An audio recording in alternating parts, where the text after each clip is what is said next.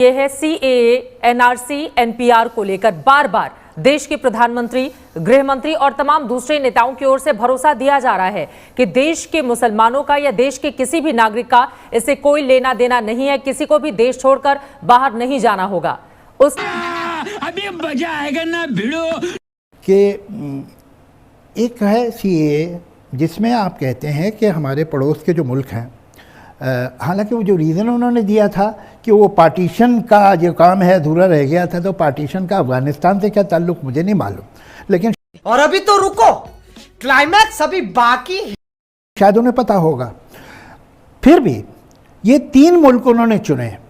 जुल्म तो और भी कई जगह हो रहा है, ऐसा नहीं है कि नहीं हो रहा, वो उन्होंने छोड़ दिए।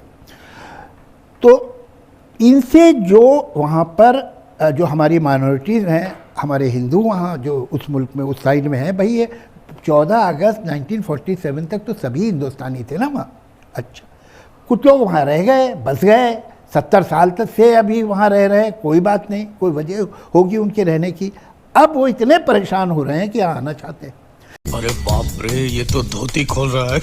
मैं ये समझता हूँ कि मैं एक दिन मत लगाइए, उनको फौरन सिटीजनशिप मिलनी चाहिए। वो लोग जो परेशान हुए हैं रिलीजियस बायस की वजह से और सांप्रदायिकता की वजह से। ये बड़ी अच्छी बात कही आप। जावेद साहब, एक आखिरी सवाल का जवाब मैं आपसे चाहूंगी।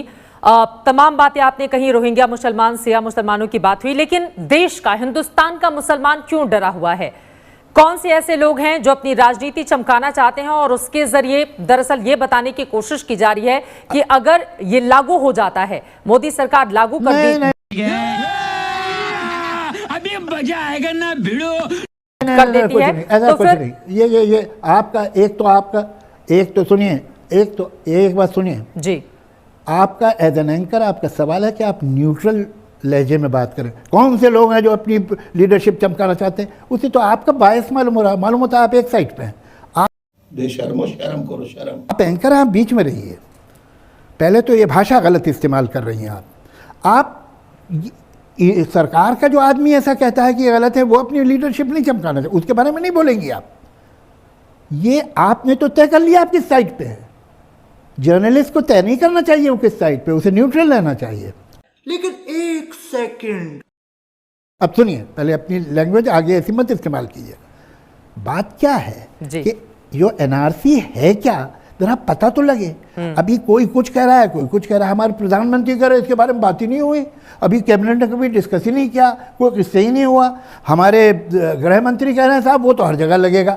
तो अब पहले एनआरसी कागज पे दिखाई तो दे कि ये है क्या, फिर बात करें उसकी। कैमरा बंद कर, क्या काट डालूंगा। जहाँ तक ये बात है कि मैं आपको बताऊं कि हिंदुस्तान के करोड़ों लोग ऐसे हैं जो अपना बर्थ सर्टिफिकेट तो जाने दीजिए, अपनी बर्थडे नहीं बता सकते आपको। करोड़ों। वो कहाँ से प्रूफ करेगा? एक दलित, एक गरीब मुसलमान, एक गरीब हिंदू, एक गरीब आदिवासी के साहब ये पेपर्स हैं मेरे दादा की ये प्रॉपर्टी, उसके 10 जनरेशन में किसी की कोई प्रॉपर्टी नहीं रही है बेचारे की। खेत मजदूर जो।